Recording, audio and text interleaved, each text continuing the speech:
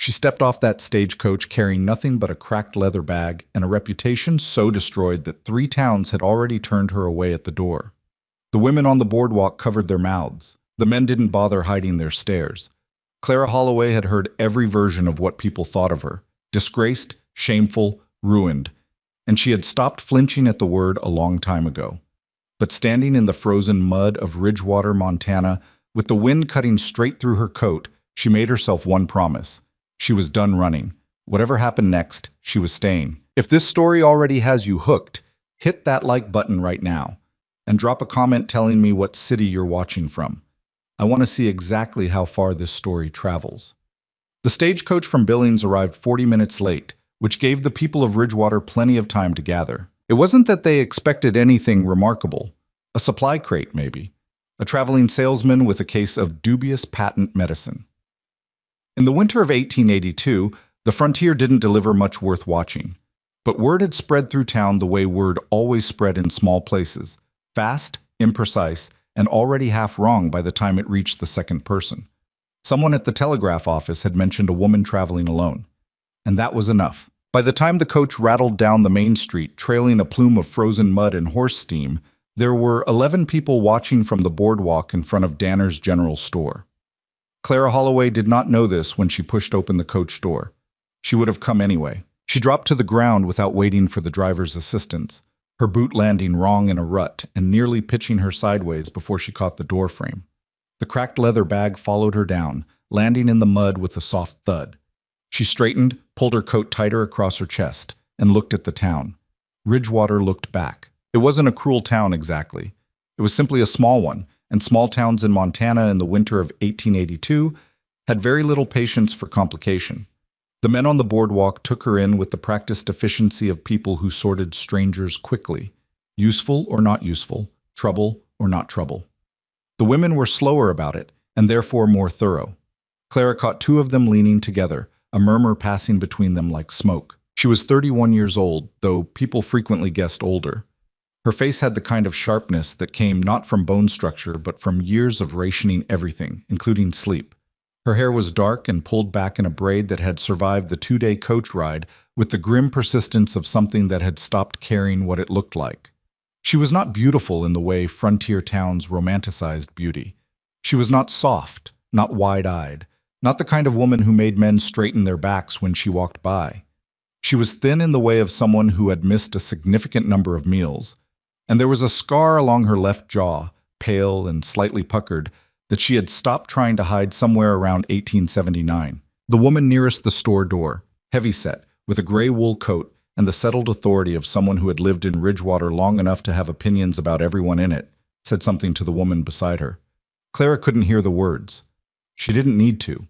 She picked up her bag and asked the driver where she might find Ridgewater Ranch. The driver, a sun-weathered man in his 50s, who had spent the past 2 days barely exchanging 20 words with her, jerked his chin north. 2 miles out, follow the creek line. You'll see the fence posts. He paused, glancing at her bag. You sure that's where you're headed? I'm sure, Clara said. Mercer's place. He said the name like it explained something. Ranch has been struggling. Mercer himself is... He stopped, seemed to decide against whatever he'd been about to say. It's a hard place right now. I've been in hard places. He looked at her for a moment, then nodded slowly, the way people nod when they believe you but feel sorry about it. Road gets icy past the first bend. Watch your step. She walked north. Behind her, she heard the murmuring on the boardwalk pick up again, louder now that she wasn't facing them. She kept her eyes on the creek line and her grip tight on the bag strap, and she walked at the same pace she'd maintained for the past 3 years. Steady, unremarkable. The pace of a woman who had learned that stopping was more dangerous than moving. The fence posts appeared when the driver had promised they would, emerging from the gray-white landscape like a row of broken teeth. The creek had frozen solid along its edges, the center still running black and quick between the ice shelves. Clara followed it until the fence line turned east, then followed the fence until the ranch came into view. It was not what she'd imagined. She hadn't let herself imagine much. Imagination had become a liability. But even her most cautious expectations hadn't included this. The main house was a 2-story structure that had once been painted white, though most of that paint had long since peeled or simply given up and fallen off in sheets, leaving the bare wood exposed to weather that had done it no favors. The barn sat 40 yards behind it, its roof sagging in the middle with the exhausted posture of something that had been holding up too long under too much weight. 3 outbuildings of various sizes and states of disrepair completed the property, along with a pair of corrals where cattle stood in loose clusters, their backs steaming in the cold. There were men working. Clara counted 4. 2 near the barn, 1 at the water pump, 1 carrying feed. They stopped when they saw her coming through the gate. The man at the pump was the first to speak. He was young, maybe 22, with the raw-boned look of someone still growing into his own frame, and a dark bruise healing along his left cheekbone that nobody had bothered to explain. "You lost?" he said. "I'm here about the cook's position." Clara set her bag down just inside the gate. "I sent a letter 3 weeks ago. Name is Holloway." A pause traveled among the 4 men. It was the kind of pause that contained a conversation, the quick eye contact that passes information faster than words. "Mercer's in the house," the bruised young man said finally. His name, she would later learn, was Pete Garfield, and he was 23, not 22, and the bruise was from a horse that had disagreed with him about something. "I'll take you." "I can find it." Another pause, shorter this time. "All right," Pete said, and went back to the pump. Clara picked up her bag and walked to the front door of the main house and knocked. Wyatt Mercer opened the door in the particular way of a man who had been expecting bad news so consistently that he developed a specific expression for it, a kind of flat preparedness, lips pressed together, eyes already calculating what the damage would cost. He was 38, though he wore it unevenly. Some days he looked younger, on the days he'd slept, and other days the grief and the debt and the Montana winters had added a decade to him all at once.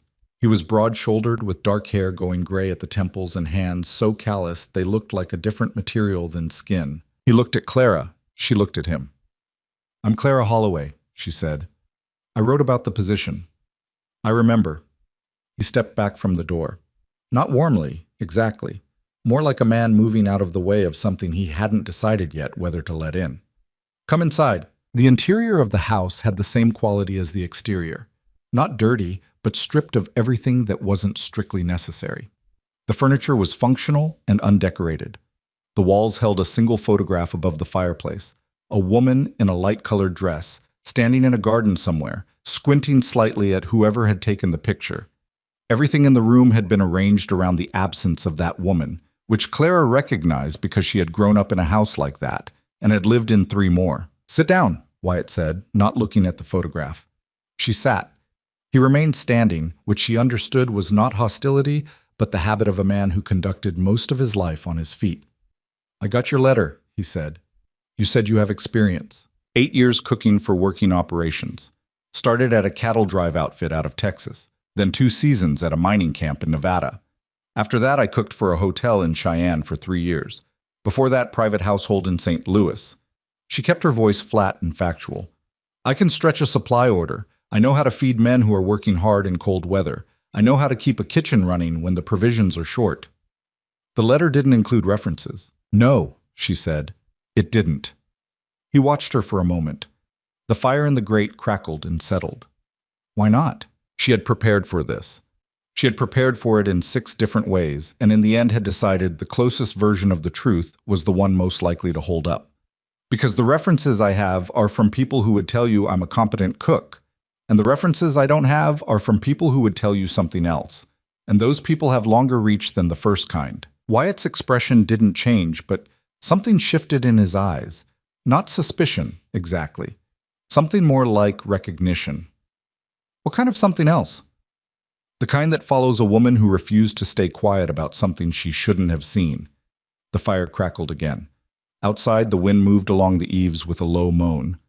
"That's not a specific answer," Wyatt said. "No," Clara agreed. "It's not. I'm not going to give you the specific answer today because I don't know you, and the specific answer requires me to know who I'm talking to." She met his eyes directly, which she'd learned made some people uncomfortable and others more interested. "What I can tell you is that I have never stolen anything, I have never been drunk on a job, and I have never failed to feed the people who depended on me. You can verify 2 of those things. The third you'll have to take on faith." Wyatt Mercer looked at her for a long time. She sat still and let him look.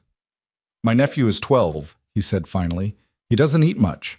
Lost his parents 18 months ago, both of them, and He stopped, chose a different word. Quiet. I need someone who understands that quiet doesn't mean he's all right. I understand it, Clara said. The hands are rough men. Not bad men, but rough. They'll give you trouble before they don't give you trouble, and you'll have to decide how you handle that yourself. I can't be in the kitchen managing personalities. I wouldn't want you to be. He seemed to consider this. Pay is $12 a month plus room and board. Room is upstairs, second door on the left. Board is whatever you cook. Something that might have been the ghost of a wry expression crossed his face and disappeared before it fully arrived. Kitchen's in the back. It needs work. I'd expect that. When can you start? I already started, Clara said. When I walked through your gate. Well, the kitchen needed more than work. It needed, by Clara's initial assessment, the kind of intervention that would have made a lesser person turn around and walk back to the stagecoach line. The wood stove was functional, but had not been cleaned in what appeared to be months. The grease had baked itself into layers that would require serious scraping. The supply pantry held flour, salt, dried beans, and an optimistic amount of fatback. There was a cast iron pot large enough to be useful, and a Dutch oven with a cracked lid, held together with what appeared to be wire wrapped around it, and a kind of desperate faith. The knives were in poor condition. The cutting board was warped. The back window had a broken pane covered with a piece of burlap that let in a consistent cold draft. Clara stood in the middle of it and turned slowly, cataloging. Then she took off her coat, rolled up her sleeves, and started with the stove. She was still at it 2 hours later when the kitchen door opened and a boy appeared. It was small for 12, or maybe not small but compressed, drawn inward somehow, like a figure done in pencil that someone had started to erase.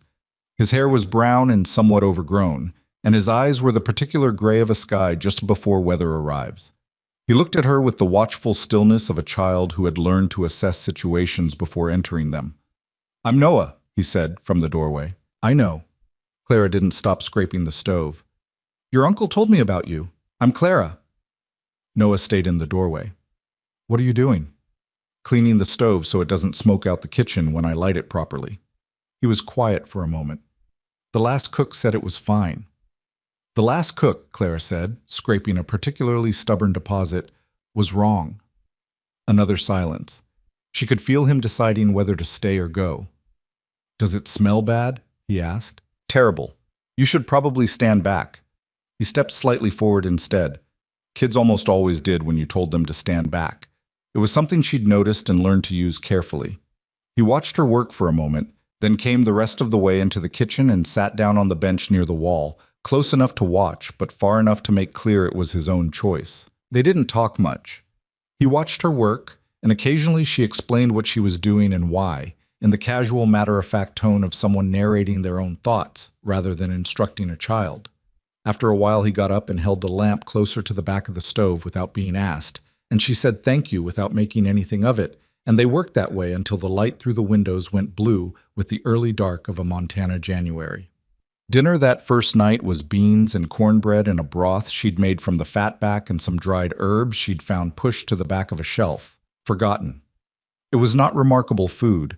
It was warm, and it was ready when the hands came in from the cold, and it was seasoned properly, which turned out to be a higher bar than she'd expected because the previous cook apparently had operated on the philosophy that salt was a luxury. The hands ate it with the particular silence of men who were hungry enough not to care about conversation.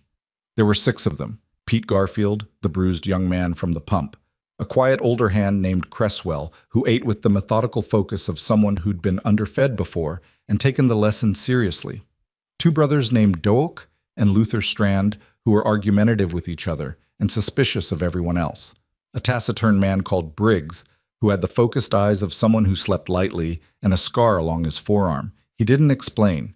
And a Mexican hand named Ramos, who had ridden with the outfit for 3 years and had very clear opinions about food, which he expressed not in words, but in the precise way he responded to each bite. Clara served and stayed out of the way and watched all of them. Halfway through the meal, Doak Strand looked up from his bowl and said loudly, to nobody in particular, "Heard in town she got run out of Cheyenne." The table didn't stop eating exactly, but everything slowed. Clara brought the pot back to the table and ladled more broth into Cresswell's bowl, which he'd been contemplating emptying. You heard wrong, she said, without looking at Doak. I left Cheyenne because the hotel's owner decided he didn't want to pay the wages he'd agreed to. I left before he had the chance to not pay them. That ain't what I heard. Then what you heard is wrong. She set the pot back on the stove. You want more cornbread or not? Doak looked at her, then at his brother, then back at his bowl. Yeah, he said after a moment. I'll take more. She gave him more. She gave everyone more. She refilled the broth pot with water and the last of the fat backbones and set it back on the stove for the morning. And she washed the dishes herself because there was no system yet, and she wasn't going to wait for one, and she did all of it without performing any of it, without the pinched martyrdom of someone making a point, or the deliberate cheer of someone trying too hard. She was simply a woman doing the work she'd said she would do. Wyatt ate at the end of the table, separate from the hands, which seemed to be the custom. He ate everything she put in front of him, said nothing during the meal, and when he rose to leave, he paused at the door and said, "It was good," in the tone of a man who meant it and was mildly surprised by it, and then he was gone. In the doorway to the kitchen, Noah was watching her clean up. She'd noticed he'd eaten 2 full bowls. Same time tomorrow? She asked him. He shrugged, which she was already learning meant yes. The days settled into rhythm. The way days do when work is the organizing principle. Not easy, but structured. Clara rose before the hands, had the stove burning and coffee ready by the time boots hit the floor upstairs and outside. Breakfast was whatever the supplies supported. Salt pork and eggs, when the hens cooperated, cornmeal mush on the days they didn't, biscuits when she had enough flour and enough time. Lunch went to the field in a covered pot carried by whichever hand had drawn the short version of the rotation. Dinner was the main meal, and she treated it seriously. She treated it seriously not because she had romantic notions about feeding people, but because she had watched, in 8 years of cooking for working outfits, what happened to a crew that ate badly. It was never just about the food. It was about morale, about the daily signal that someone in the operation considered their survival worth the effort. A bad cook, or no cook at all, which Ridgewater had been managing with before she arrived, told the hands something about their value to the outfit.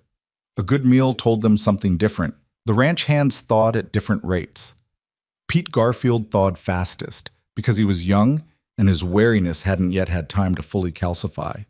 Within a week he was leaving his coffee cup on the kitchen windowsill as a kind of quiet signal that he wanted a second cup before going back out, and she started keeping it warm for him without being asked. Cresswell thawed slowly but completely. He was a man of few words who expressed approval through the thoroughness with which he finished everything on his plate, and within 2 weeks she had learned exactly how much food to set aside for him, because he never asked for more but always could use it. Ramos thawed the day she made chili, which she'd adjusted toward the recipe he'd clearly grown up eating rather than the blanded-down version she'd made the first time, and she knew it had worked when he paused over the bowl with an expression that was mostly surprise and then looked up and nodded at her with something close to respect. The Strand brothers took longer. They were men who organized their world around what they were against, which meant that accepting anything, even a good meal, required them to find a reason it was acceptable to accept it. The reason they eventually settled on, Clara gathered, was that she didn't ask them to like her, which met some private requirement of theirs she hadn't anticipated. They started eating without commentary sometime in the second week, and that was the Strand brothers' version of a standing ovation. Briggs she wasn't sure about. He ate everything and said nothing and watched everything with those careful eyes, and she'd decided he was her primary uncertainty and set him aside to assess over time. But Noah was a different kind of problem. He showed up in the kitchen most evenings now, which she'd started to rely on without deciding to. He'd stopped sitting on the bench near the wall and started sitting at the kitchen table, which was close enough to the stove that she could see his face while she worked. He didn't talk much, but he talked more than he apparently talked anywhere else. She learned this from Pete, who mentioned it with a kind of surprised approval one afternoon while Clara was inventorying the pantry. Kid said more words in the past 2 weeks than he did in the past year. Whatever you're doing, keep doing it. She hadn't been doing anything in particular. She'd just been treating him like someone worth talking to, which she gathered from various small evidences had not been his consistent experience of adults in the past year and a half. He told her, on a Tuesday evening in late January while she was making pie crust, and he was watching with the concentrated attention of someone memorizing a procedure, that his parents had died in a fire. a house fire, at their place on the other side of the county. He'd been staying at the ranch with Wyatt for a week prior, which was why he'd survived. And he said this in a voice that had been stripped of inflection by the specific kind of work children do on facts that are too large to process. The flat, accurate recitation that means the person has said the thing so many times it has worn into a groove. I know, Clara said. She kept working the crust. Your uncle told me. He doesn't talk about it. No, she said. He doesn't. She could have left it there. She chose not to. Some people can't talk about things while they're still in the middle of them. It doesn't mean they're not in it. Just means they haven't found the words yet. Noah was quiet for a moment. Are you in the middle of something? She glanced at him. He was watching the pie crust with careful nonchalance that was the 12-year-old version of pretending not to care about the answer. Yeah, she said. I am. Is that why you came here? Partly. She turned the dough and pressed it flat. I came here because I needed to stop moving long enough to figure out what to do next, and because I needed work, and this was the work that was available. Do you like it here? She considered the question more seriously than he'd expected her to, because it was a serious question dressed in a casual voice. More than I expected to, she said finally, which I wasn't counting on. He nodded, the way he nodded when something confirmed a conclusion he'd already reached. Then he said, The pie crust is cracking on the left side. I see it, she said, and fixed it. Wyatt Mercer was the hardest person on the ranch to read, and Clara had been reading people for survival long enough that this registered as a specific kind of challenge. I was not cold, exactly. He was careful. There was a difference she'd come to understand through proximity. Cold was deliberate distance, the choice to not let things in. Careful was something else. The armor of a man who had let things in and been devastated by the experience and was now monitoring himself more closely than he monitored his cattle, which was saying something. He came into the kitchen twice a day, once in the morning for coffee, which he took black and drank standing at the window while looking out at the yard. Once in the evening to eat dinner with the hands, or on the nights the hands ate in the barn due to weather or logistics, alone at the table. Their conversations during these times were functional. What the supply situation was, what provisions needed ordering, whether the cold storage was holding, whether she had everything she needed. He answered her questions directly and expected the same. He didn't fill silences with words, which she respected. She started to understand him better in the second week, the evening she came back from the outhouse after dark, and found him sitting at the kitchen table with a ledger open and his elbows on the table and his face in his hands. He didn't hear her come in. She saw it for 3 seconds before he heard the door and straightened and became the version of himself he presented to the world, composed, contained, functioning. And she turned away and made noise with the coffee pot she didn't need and gave him time to reassemble. Sorry, he said when she turned back. Don't be. She set the coffee pot on the stove and added wood to the fire. The number's bad? A long pause. Bad enough. You want coffee? It's late. You're going to be up anyway, she said, which was not a guess. He looked at her. Then, yes. All right. She made coffee and put it in front of him and sat down across from him. Not because she had anything to say, but because he was a man who was drowning slowly in silence, and the least she could do was be present, which cost nothing and meant something. She didn't ask about the ledger. She didn't offer opinions. She drank her own coffee and let the fire settle, and outside the wind moved along the eaves the way it had every night since she'd arrived, with that particular Montana sound of something vast and indifferent passing through. After a while, Wyatt said, The banknote comes due in March. How short are you? He told her. It was a number that explained several things. The condition of the buildings, the reduced hands, the stripped-back kitchen. It was not a small number. What happens if March comes and you can't cover it? Thomas Danner runs the general store in town, also holds part interest in the local lending office. He's already offered to buy me out, below value. Wyatt's voice was level, which Clara recognized as the tone of a man who had processed the worst possibility so many times it no longer produced much feeling. I'd lose the land. The hands would lose their positions. Noah would... He stopped. Would what? Would lose the last stable thing in his life. He said it without drama, which made it land harder than drama would have. I can't let that happen. Clara looked at her coffee. The fire crackled. She thought about several things she could say and selected the true one. Then we need to make this ranch worth more by March than it is right now, which means the operation needs to run better, which starts with the crew working better, which starts with the kitchen. He looked at her with the expression of a man who was trying to figure out whether she was naive or serious. I'm not saying a good meal saves a failing ranch, she said. I'm saying a crew that's demoralized and underfed doesn't perform. Yours isn't anymore, as much as it was. That's a real thing, even if it doesn't show up in the ledger. He was quiet for a moment. That's an optimistic reading of the situation. I'm not optimistic, Clara said. I'm practical. There's a difference. Something shifted in his face. The careful armor didn't drop, but it moved slightly, like a door that hadn't opened but had come off its latch. He looked at her with a directness that was different from his previous assessment, something more interested, less managerial. Where did you work before this? He asked. I put it in the letter. I mean before that. Before the letter version. She met his eyes. He was asking the question the way a careful man asks the question he actually wants answered, which is indirectly. A place in Cheyenne, she said. And before that, some places I'd rather not have worked but needed to. And before all of it, a house in St. Louis that I left because staying would have been worse than the alternatives, which turned out to be a more complicated calculation than I'd expected. The alternatives being the places you'd rather not have worked. Yes. He nodded slowly, absorbing this without editorializing, which she appreciated. And after Cheyenne, what happened? A pause. The fire. The wind. I found out something I shouldn't have found out, Clara said, and the people who didn't want me to find it out found out that I knew. And after that, staying in one place long enough to establish the kind of history that produces references became difficult. She watched him process this. He was a careful man, and careful men were thorough. She could see him connecting the absence of references, the wariness of the driver, the murmuring on the boardwalk in town, the general atmosphere that preceded a woman traveling alone in winter with a cracked leather bag. You're hiding, he said. Not an accusation, just the word that fit. I was hiding, she said. I've been hiding for 3 years, but I'm tired of it, and I'm starting to think hiding was never going to work anyway. Wyatt Mercer looked at her for a long moment in the firelight, and she looked back.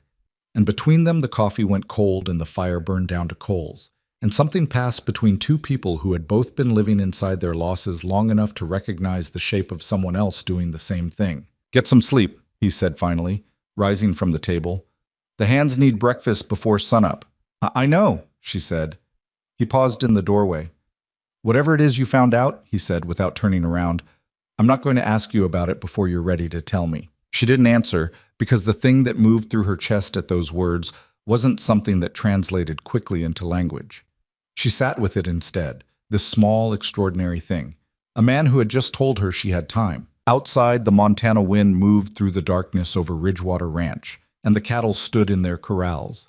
And the barn with its sagging roof endured the night, and somewhere in the house above her head, a 12-year-old boy with gray eyes slept the uneasy sleep of someone still learning how to be all right. Clara sat in the kitchen until the fire was fully out, and the cold began to seep back in, and she felt, for the first time in a longer stretch of time than she could accurately calculate, something she hadn't been expecting. Still, not safe. She was not a woman who confused those two things anymore. But still, it was enough to go on. She didn't know, that night, that the stillness wouldn't last, that 300 miles east, in a warm office with gaslit walls and the kind of furniture that announced money, the way a drawn gun announced intention, a man named Edgar Blackwell was reading a report that contained two things of interest, a description of a woman with a scar along her left jaw and the name of a ranch in Ridgewater, Montana. She didn't know any of that. She banked the stove, checked the latch on the back door, climbed the stairs to the second room on the left, and slept. February came in hard and stayed that way. The temperature dropped to the kind of cold that made the barn animals restless and turned the water in the pump handle to solid ice by 3 in the morning. Clara started rising earlier, not by choice, but by the logic of the work, which had its own requirements that didn't negotiate with comfort. The stove needed to be burning by 4:30. Coffee needed to be ready before the hands stepped out into weather that could take the feeling from a man's hands inside of 10 minutes. She'd learned that a warm kitchen was not a luxury on a working ranch in February. It was an operational necessity. She had also learned, by the middle of the month, the particular rhythms of each man on the crew, who needed food before they could form a sentence, who would talk through anything if given the opening, who had to be left alone with their coffee until they were ready to be human. She worked around these things the way she worked around the cracked window and the Dutch oven with the wired-on lid. Not by fixing everything, but by understanding what she was actually dealing with. Pete Garfield had started helping without being asked. He'd begun by carrying the heavy supply crates in from the barn without explanation, just appearing at the right moment, setting them down, and leaving. Then he started bringing firewood to the kitchen stack before it ran low, which required him to be paying attention, which meant he was paying attention. Clara didn't thank him loudly because she understood that young men who helped quietly preferred to be acknowledged quietly. So she started making sure there was always a biscuit kept back for him after the others had eaten, which he took with the same wordless matter-of-factness with which he'd started hauling crates. It was a negotiation conducted entirely without words, which she'd found was often the most durable kind. Remus had started talking to her in the kitchen in the late mornings, when the other hands were out and the house was relatively quiet. His English was deliberate and precise in the way of someone who'd learned it as a second structure laid over the first, which Clara respected because she knew how much effort that precision required. He talked about the cattle, said he was, she gathered, the most skilled hand on the crew at actually reading animals. And she listened and asked questions that were genuine rather than polite. And he began to understand that she wasn't performing interest, and after that the conversations deepened. He told her things about the herd that she passed on to Wyatt without attribution, and Wyatt adjusted his operations accordingly, and the cattle went into the second half of winter in better condition than they'd entered it. Even the Strand brothers had stabilized. They remained argumentative with each other. That seemed to be their primary mode of relating to the world, and she'd stopped trying to redirect it. But the suspicion they'd directed at Clara had converted itself into a kind of gruff tolerance that was, in its way, more honest than performed friendliness would have been. Doak had stopped making comments about what he'd heard in town. She suspected this was because someone had explained to him, at some point, that she hadn't left, that she was still cooking his meals and would continue to cook them, and that making repeated enemies of the person responsible for your food was a specific kind of stupidity. She didn't know who had explained this. She had her guesses. What she hadn't expected was how much the meals themselves would matter as event, rather than just sustenance. She'd understood intellectually, from experience, that a table was more than a table, but she'd forgotten what it looked like from the outside, what it looked like when it was actually working, when a group of people who had no particular reason to trust each other began to eat together with something that wasn't quite comfort, but was moving in that direction. It happened incrementally. First, there were fewer silences. Then the silences that remained were different. Not the tense quiet of men monitoring each other for threat, but the ordinary quiet of people who don't need to perform. Cresswell started telling stories from earlier in his life, dry and wry, and occasionally so underplayed. They caught the table by surprise, and the first time Luther Strand actually laughed at one of them, Clara watched from the stove and felt something settle in her chest. Noah sat at the end of the table near the stove and ate everything. The boy was coming back from wherever he'd gone when his parents died, and he was coming back on his own terms, which Clara considered the only terms worth anything. He'd started asking about cooking, not performing interest to get attention, actually asking, the focused curiosity of someone who had decided a thing was worth learning. She'd started teaching him informally, the way she'd been taught herself, doing the thing and talking through it rather than making lessons out of it, which had the advantage of producing both knowledge and something edible at the end. He had good instincts and mediocre patience, which she'd told him directly when he'd rushed the bread dough the third time and produced a loaf dense enough to serve as a doorstop. "You can't rush the rise," she said, cutting the loaf into slices anyway because waste was waste. "The dough isn't on your schedule." "How long does it take?" Noah asked, examining his slice with something between scientific interest and personal offense. "Depends on the temperature, depends on the yeast, depends on a dozen things you can't fully control, which is why you have to watch it instead of calculating it." He chewed thoughtfully.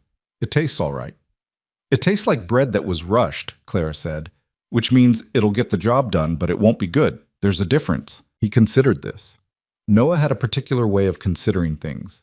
He went very still and seemed to be processing the statement through several filters before filing it. "My dad said that about horses," he said, after a moment. "That you can push them or you can work with them, but you can't do both at once." Clara stopped what she was doing. She didn't make it a moment. She had learned that making things into moments was the surest way to close a child down, but she registered it. It was the first time he'd mentioned his father voluntarily, without the flat recitation quality, in a sentence that treated the man as someone who had said things worth repeating. Your dad was right, she said. Same principle. Noah looked at the dense bread slice in his hand. I'll do it again tomorrow, he said. Do it slower. Slower. Start the night before. Let it rise overnight when it's cold. That's better? Different. Slower rise changes the flavor. More complex. He nodded in that way of his, committing this to whatever internal system he ran. Can I do that? Start it tonight? Flour's in the pantry, Clara said. You know where the yeast is. She went back to the stew she was making, and he went to the pantry, and the kitchen held both of them in the way that a good kitchen does, without requiring anyone to acknowledge that it was doing so. Wyatt noticed things. This was something Clara had come to understand about him. He was not a man who talked much, but he was a man who observed continuously, with the attention of someone who understood that information about his operation was the only real currency he had. He noticed the change in the crew. He noticed that Noah was eating again and talking and occasionally making slightly more edible bread. He noticed that the kitchen had become the place where the temperature of the ranch could be read, the way a barometer reads weather, not causing the conditions but reflecting them accurately. I didn't say any of this directly. He said one evening in the kitchen, while Clara was washing pots and he was standing at the window with his coffee, in a posture that meant he'd come in to think rather than to talk. Cresswell asked me this afternoon if we were planning to expand the herd this spring. Clara wiped down a pot. Is that unusual? He hasn't asked about the spring in 2 years. He's been waiting to see if there would be a spring to plan for. She set the pot on the shelf. And is there? He was quiet for a moment. Through the window the yard was dark, and the stars were the particular brilliant cold stars that came out in Montana when the air was clear and the temperature was already well below what most people found reasonable. I got a payment delay from the bank, he said. 2 months. It's not enough, but it's something. It means March doesn't kill us. That's something, Clara agreed. I had a conversation with Thomas Danner about the cattle market in spring. He's less interested in buying the ranch than he was in January. A pause. I don't know why. Clara knew why, or had a theory. A ranch with a functional kitchen and a crew with morale was a different proposition than a ranch visibly falling apart. Danner was a practical man. She'd formed this impression from the few times she'd been into town for supplies. He'd want the land if it was failing. He'd be less interested if it was recovering, because recovering land cost more. Maybe he's decided the odds are changing, she said. Wyatt looked at her over his shoulder. You have a specific theory about that? I have a general theory that people who want to take things from other people prefer to do it when the other person is at their lowest. When things start improving, the calculation changes. He turned back to the window. You've had experience with people like that. More than I wanted. Another silence, different from the early silences. Not the silence of two people deciding whether to trust each other, but the silence of two people who had established enough shared ground to not need to fill every space with words. Clara had started to appreciate this about Wyatt Mercer. He didn't perform conversation. He was present when he was present and elsewhere when he was elsewhere, and he'd never once asked her to pretend that things were simpler than they were. The barn roof, he said. I'm looking at what it would take to fix it before the spring thaw comes. If it fails under the snowmelt, we lose more than just the roof. What do you need? Lumber, labor, time. He said the last word with the slight emphasis of a man who understood it was the scarcest of the three. Pete and Ramos both know construction work, Clara said. Pete mentioned it when we were talking about the kitchen window. He fixed the pane last week. Wyatt was quiet for a moment. I know Pete fixed the window, he said. I'm not sure how it happened. I mentioned it needed fixing, Clara said. He figured out the rest himself. She heard something in his exhale that wasn't quite a laugh but was adjacent to it, the first time she'd heard anything like that from him. You've been managing my crew, he said. Not accusation, not amusement exactly. Something in between, with a third quality underneath it that took her a moment to identify as approval. I've been feeding your crew, she said. They've been managing themselves. There's usually less managing of themselves when they're eating badly. Yes, she said. There is. He set his coffee cup on the windowsill, the specific place he always set it, which she'd started to think of as his cup's location in the same way she thought of the Dutch oven's location, or the place the flour tin lived. "I'll talk to Pete and Ramos about the roof tomorrow," he said, "before the weather turns again." "The weather turns again Thursday," Clara said. "Ramos mentioned the cloud patterns this morning." A pause. "How does Ramos know the cloud patterns?" "He grew up reading weather without instruments. Says instruments are for people who don't look at the sky enough." Wyatt picked up his cup, looked at it, set it back down. "I've been paying that man for 3 years and didn't know that," he said. And this time there was something in his voice that was unmistakably dry, directed at himself rather than at anyone else. "You've been surviving," Clara said. "Survival doesn't leave a lot of room for finding out what people know." He was quiet for long enough that she thought the conversation had ended the way their conversations often ended, not with a conclusion, but with a trailing off into whatever was next. Then he said quietly, "Is that what it looks like from the outside? Surviving?" She considered being careful. She chose against it. "From the outside, yes. But surviving and giving up aren't the same thing. You're still here. The ranch is still here. Noah is still here. That's not nothing." She heard him breathe slowly. Outside, the stars burned cold and distant over the Montana dark. "No," he said. "It's not nothing." The man arrived on a Wednesday, which turned out to be notable because Wednesday was the day Ramos had said the weather would hold, and it did, and Clara had taken advantage of the clear morning to air out the kitchen and scrub the floor and feel something close to satisfied with the state of things. She was not a person who spent much time in satisfaction. She'd learned it had a way of dropping its guard for you. But the kitchen looked good and smelled like clean wood and coffee and the stew that had been simmering since early morning, and she permitted herself 2 minutes of quiet in the middle of it before the sound of a horse in the yard pulled her to the window. It was not from around here. She knew this immediately, the same way she'd always known it, by the horse, which was too well kept for a working ranch hand, and by the coat, which was too good for a man who spent time outdoors in it, and by the way he sat in the saddle, like someone who rode occasionally rather than constantly.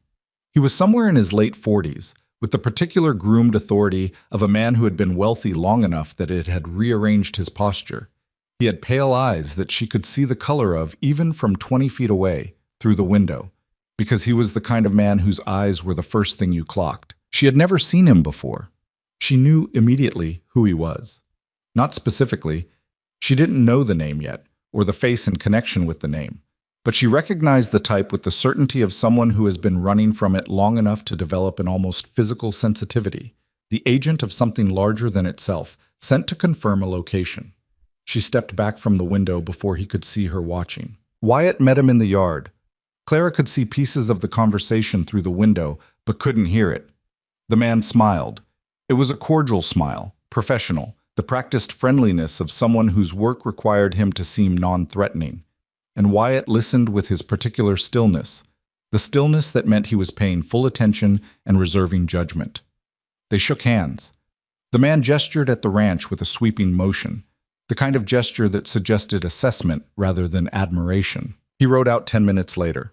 Wyatt came into the kitchen and stopped in the doorway. "Who was that?" Clara asked. Her voice was even. She was good at even. "Gave his name as Harold Cole," Wyatt said, watching her face. "Said he was a land agent, interested in pasture acreage in this part of the territory on behalf of a buyer." He paused. "He asked whether we'd had any new staff join the operation recently." The stew on the stove smelled of rosemary and salt pork. Clara stood with her back to the counter and looked at Wyatt Mercer, and understood that this was the moment. Not in 2 weeks or a month, but now, when she either told him the truth or she didn't. "He wasn't a land agent," she said. Wyatt closed the kitchen door behind him. "I know," he said. "What was he?" Clara looked at the window. The yard was empty again. The good horse and its careful rider were already half a mile up the road, and by tonight, or tomorrow at the latest, a message would go to someone with pale offices and gaslit walls, and the kind of money that bought both land agents and the people who pretended to be them. She'd known, on some level, that the stillness wouldn't hold. She'd told herself she was done running. She hadn't entirely believed it until this moment, when the alternative to running required her to trust a man she'd known for less than 2 months. She looked back at Wyatt. "Sit down," she said. "I'll tell you the rest of it." He pulled out the chair across from her and sat, and folded his calloused hands on the table, and waited, and she understood that this was what she'd been measuring him for since the first night. whether he was the kind of man who could hear a complicated truth without making it immediately about what it cost him, whether the careful armor of him was caution or integrity, whether the way he'd said you have time had been a genuine offer or a way of postponing inconvenience. She was about to find out. She started talking. Outside, the ranch continued its afternoon work. The sound of Pete's boots crossing the porch, the distant lowing of cattle, the scrape of metal on frozen ground, the ordinary running sounds of an operation that was, against considerable odds, beginning to function.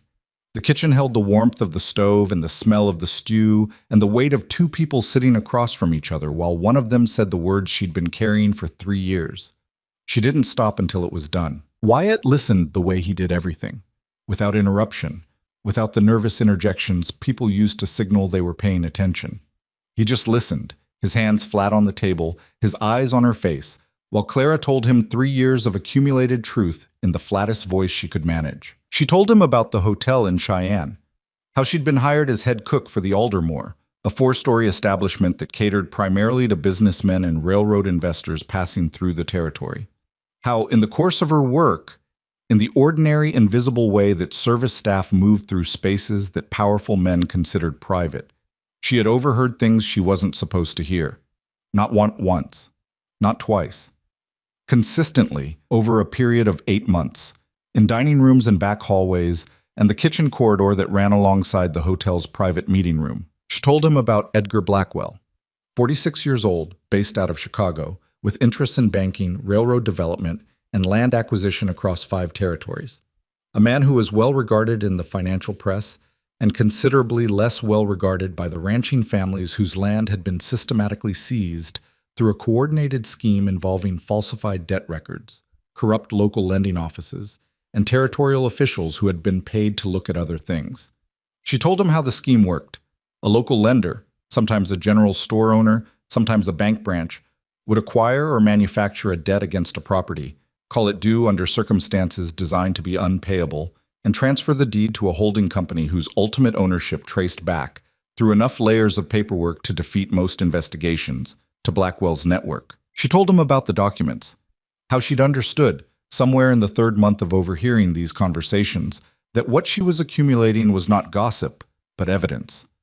How she'd started keeping notes, then copying documents left in the private dining room after meetings. The kind of documents that men like Edgar Blackwell left behind because they trusted the invisibility of service staff the same way they trusted a locked door, completely and without examination. How she'd built a file over 5 months that connected names, dates, property transfers, and payments in a chain clear enough that a territorial judge could follow it without difficulty. And how, when she'd finally decided what to do with it, someone had told Edgar Blackwell before she could act. Who told him? Wyatt asked. It was the first thing he'd said. The hotel manager, Clara said, man named Prentice. He'd been on Blackwell's payroll for 2 years. I didn't know that until it was too late. She looked at her hands. He went through my room while I was working the dinner service. Didn't find the documents. I'd already moved them. But he found enough of my notes to know what I had. By the time I came upstairs, Prentice had already sent a message. What did you do? I left. That night, with what I could carry. She paused. I'd had a contingency for it. I'd known, somewhere, that this was possible. So I had the documents in a place I could reach quickly, and I had enough money for a coach ticket, and I left. She looked up at him. I've been leaving ever since.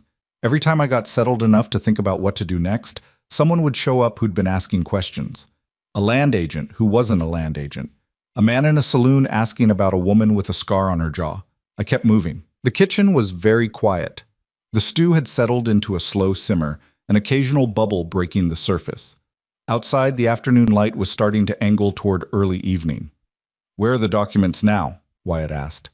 Clara was quiet for a moment. Then she said, in the lining of my bag, the one I came in with, the cracked one. Something moved across Wyatt's face. Not quite surprise, more like the expression of a man recalibrating. He looked at her for a long moment. You've been carrying them for 3 years. There was nowhere safe to leave them. And you never went to anyone with them? A federal marshal? A territorial judge? I tried once. In Laramie, 14 months ago. Got as far as the marshal's office front steps before I saw a man across the street I recognized from Cheyenne. She said it without drama because she'd processed the fear of that moment down to its factual bones a long time ago. Blackwell has reach. Not everywhere, but enough. I couldn't know which offices were clean and which weren't without already having someone I trusted inside, and I didn't have that. Wyatt sat back in his chair, and for the first time since she'd known him, he looked something close to unsettled. Not afraid.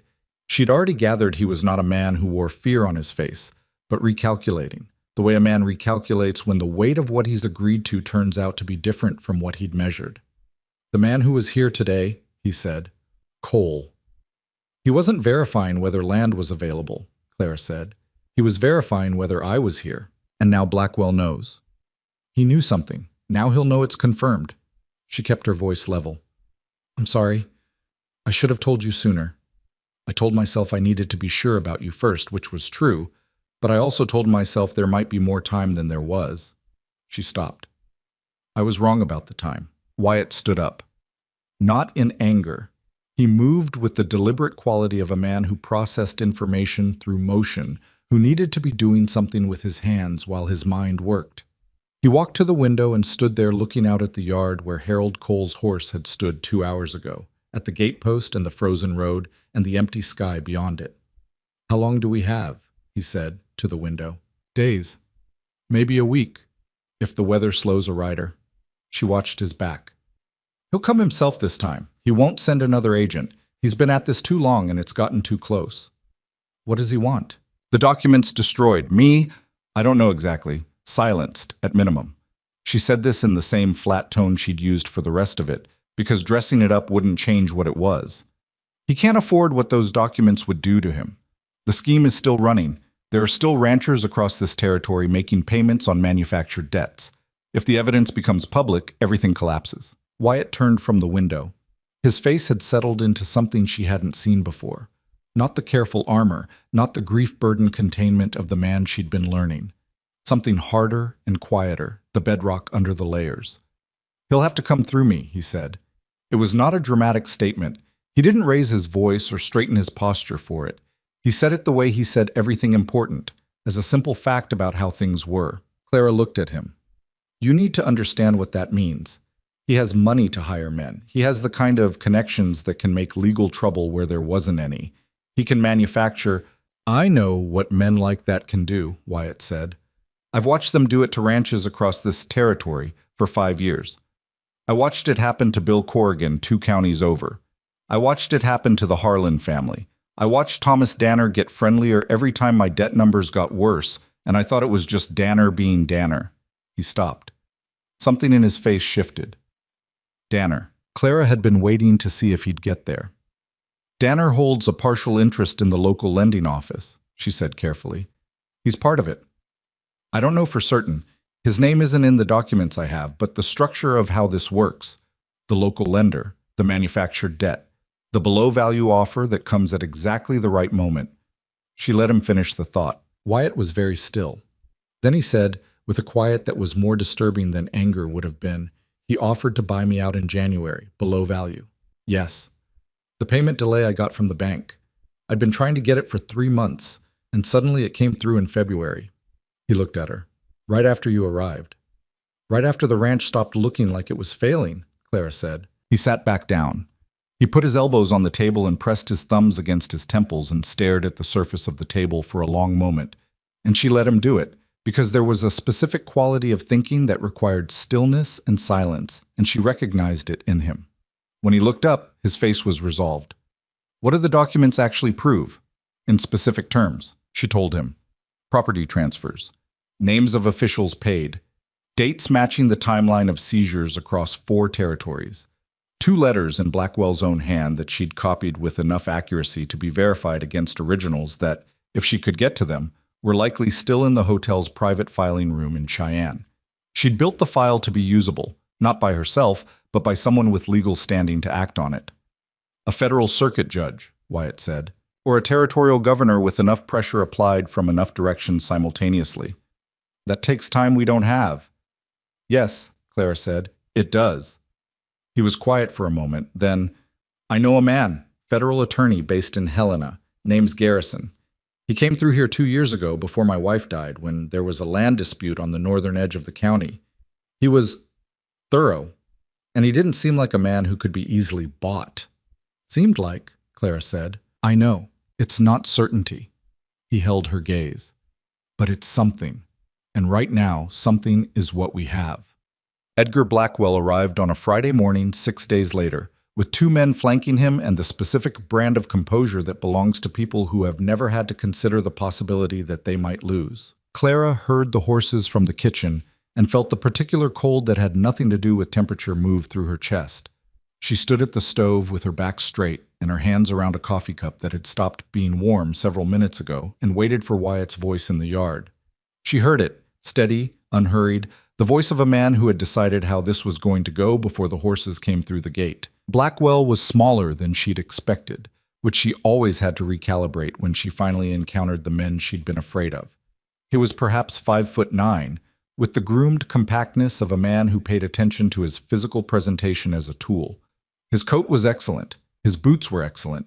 He had pale gray eyes and a mouth that seemed permanently arranged in the expression of a man reviewing an offer he was prepared to decline. He and Wyatt talked in the yard.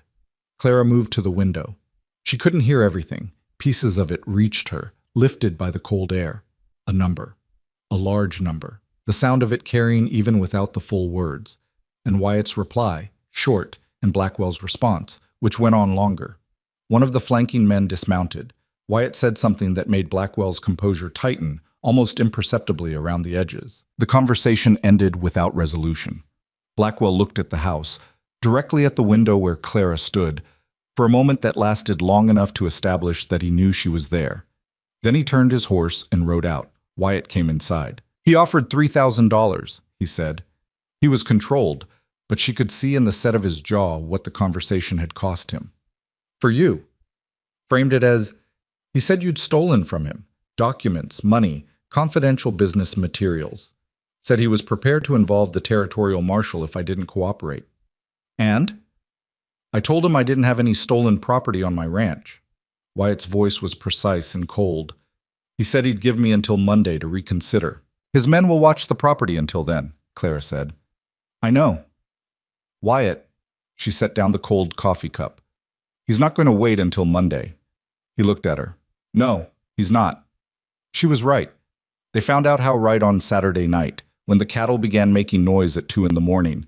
Not the ordinary restless sounds of cold animals, but the specific panicked sound of animals that smelled smoke. Pete was the one who saw it first. He came out of the bunkhouse at a run, shouting for the others, and by the time Wyatt reached the barn door, the south wall was burning with the focused intensity of a fire that had been helped along. Not the gradual spread of an accident, but the rapid climbing progress of something that had started in multiple places simultaneously. They saved most of the cattle. They did not save the barn. Clara worked alongside the hands, passing buckets, soaking the ground between the barn and the main house to keep the fire from crossing, doing the wet choking work that fire required until her arms were shaking and her face felt scorched and the sky to the east was beginning to gray with early light. Noah she'd sent into the root cellar at the first alarm, with strict instructions and a look that communicated those instructions were non-negotiable. And he'd gone because 12-year-old boys understood certain adult faces. By dawn, the barn was a blackened frame. 3 of the cattle were dead. Briggs had a burn on his forearm. He was managing with the tight silence of a man refusing to acknowledge pain. Pete had a cut along his hairline from a falling timber. Everyone else was whole, which was the only thing that mattered.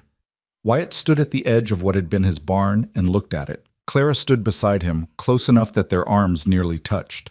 The smoke was still rising in pale threads against the cold morning sky, and the smell of it was the specific harsh smell of destruction. And somewhere in the middle distance a cow was making a low distressed sound that nobody had gotten to yet. He did that to make me feel what losing looks like, Wyatt said. His voice was quiet and very controlled in the way of someone exerting significant effort. So that Monday's offer looks different than it did yesterday. Yes, Clara said. He doesn't know you very well, Wyatt said, and there was something in it that wasn't entirely meant for her, something addressed at himself as much as anything, a line he was drawing in the ash and cold mud of what had been his barn. And he doesn't know me at all. She looked at his profile. This is going to get worse before the documents reach anyone who can act on them. I know. He has 2 men here. There may be more coming. I know that too. Wyatt. She waited until he turned to look at her. I've been carrying those documents for 3 years because I kept waiting for the right moment, and the right person, and the right circumstances. I kept waiting to be certain. She held his gaze. I'm not certain. I'm not going to be certain. But I'm done waiting. He studied her face, and she let him study it, everything in it available for reading. Garrison, he said, I can get a message to Helena by Monday morning if I ride to the telegraph office today. Today, Clara said. Not tomorrow. Today. He looked back at the ruin of his barn. A muscle moved in his jaw. I'll need you to let me see the documents. Before I send the message, I need to know exactly what we're asking Garrison to act on. Clara nodded. I'll get the bag. She went inside. The house was quiet and smelled of smoke, the way everything would smell for days. She climbed the stairs to the second room on the left and pulled the cracked leather bag from under the bed and sat on the edge of the mattress for a moment, the bag in her lap, her smoke-raw hands resting on it. 3 years. Every coach ride and boarding house and cold morning of looking over her shoulder toward the thing that was catching up regardless of how fast she moved. Every version of herself she'd set down along the way. The person who'd been able to make plans, the person who'd had a reputation worth protecting, the person who'd believed that the right moment was still coming. She thought about what she'd told Noah about bread dough, that you couldn't rush it, couldn't control everything about it, had to watch it instead of calculating it, that the overnight rise changed the flavor, made it more complex. She picked up the bag and went back downstairs. Outside, Wyatt was already saddling a horse for the ride into town, moving with the focused urgency of a man who had converted grief and anger into direction. Ramos was organizing the hands into a rotation around the property perimeter, doing it quietly and efficiently, the way Ramos did everything. Pete was at the water pump with a bandage pressed to his forehead, trying to apply it one-handed and failing, and Clara stopped on the porch and said, "Hold still," and took the bandage from him and applied it properly, and he held still with the slightly stunned expression of someone not used to being taken care of. "You all right?" she asked. "Fine," he said. Then, "The barn!" "The barn is gone," Clara said. "Everything else is still here." She pressed the bandage's edge down firmly. "Stay out of the man's reach today. Keep your eyes open." Pete nodded, looking younger than usual in the gray morning light with the smoke still in his hair. "Miss Holloway," he hesitated, "we're all with you. The hands. I just wanted you to know that." She looked at him. He meant it. She could see that he meant it in the straightforward, slightly embarrassed way of a young man who had decided something and needed to say it before his nerve gave out. "I know," she said. "Thank you." She went to where Wyatt stood by the saddled horse and handed him the bag. He opened the inner lining with the careful precision of someone who'd been told where to look. And he looked. And he read enough of what was there to understand the weight of it. The names on the pages, the scope of the thing, the years of methodical, invisible work that had produced it. He closed the lining, handed the bag back. "This is enough," he said. "It's enough for a federal attorney with courage," Clara said. "Whether Garrison is that man, I'll find out today." He put his foot in the stirrup. "Lock the back door. Keep Noah inside." "Go," she said. He rode out through the gate, and she stood in the cold morning with the smoke smell and the sound of the remaining cattle and the creak of the burned barn settling into its new shape. And she held the cracked leather bag against her side and felt, underneath the fear, something else. Not stillness this time. Something more active than that, more forward-facing. She'd spent 3 years making herself smaller. Smaller movements, smaller footprint, smaller hope. And she was done with the smallness of it. Whatever came next, she was done with small. Wyatt was back by early afternoon, and Clara knew from the way he came through the gate, the horse moving at a controlled pace rather than a spent one, Wyatt's posture carrying something different than what he'd left with, that the telegraph had gone through. "Garrison was in his office," Wyatt said, dismounting in the yard. "His assistant confirmed receipt. He'll respond by tomorrow morning at the latest." "Did you tell him what we had?" "Enough to make it clear this wasn't a land dispute." He handed the reins to Ramos, who had appeared without being summoned in the reliable way Ramos appeared whenever there was a horse that needed seeing to. "I used the names. Blackwell, the lending network, the property transfer pattern across the 4 territories. He'll know what he's looking at." Clara nodded. She'd been managing the arithmetic of the situation all morning, the distance between now and when Garrison could realistically mobilize. The distance between Blackwell's patience and his next move. The distance between what they had and what they needed. None of the numbers came out clean. "He'll move again before Garrison gets here," she said. "I know." Wyatt looked past her at the burned skeleton of the barn. In the gray afternoon light, it looked worse than it had at dawn, the full scope of the loss more visible now that the smoke had cleared and left nothing to obscure the damage. "I found something else while I was in town." Something in his voice made her focus. "What?" "Danner closed his store this morning. Didn't open. Shades drawn." He looked at her. His clerk told Pete's cousin, who was waiting on the steps, that Danner had business out of town for a few days. Unexpected. Clara was quiet for a moment. "He knows. He knows Blackwell is here and that it's not going as planned. He's putting distance between himself and whatever happens next." Wyatt's jaw worked slightly. "He's been in my store, eaten at my table at the Cattlemen's Association dinners for 4 years. She didn't offer consolation, because there wasn't any that would be honest, and he wasn't looking for that kind. He'll try to disappear into the confusion if Blackwell falls, claim he didn't know the full scope. Will he get away with it?" "Not if Garrison is thorough," Clara said. "The structure connects to the local lenders. It has to, or the scheme can't operate. His name may not be in what I have, but the pattern points directly to anyone holding partial interest in a lending office in this county during the past 4 years. Wyatt absorbed this. Then he said, "Briggs came to me this morning, before I left for town." She waited. "He told me he recognized one of Blackwell's men, the taller one with the gray hat. Said he'd seen him working for a land enforcement outfit in Wyoming 2 years ago, the kind of outfit that wasn't entirely legal in what it enforced." He looked at her steadily. "They're not just hired hands for show. Blackwell brought men who know how to do the uglier versions of this work." Clara kept her expression even, though the information landed heavily. "How many does Briggs think there are?" "He saw 2 yesterday. He thinks there may be 2 more staying at the boarding house in town." 4 men. Against Wyatt, 5 ranch hands, and a federal attorney who was still 140 miles away and hadn't confirmed he was coming. She did the math and didn't like the result, but also understood that the math was what it was, and the only variable she could affect was the documents. "We need to move them," she said, "not keep them here." "Where?" She'd been thinking about this since morning.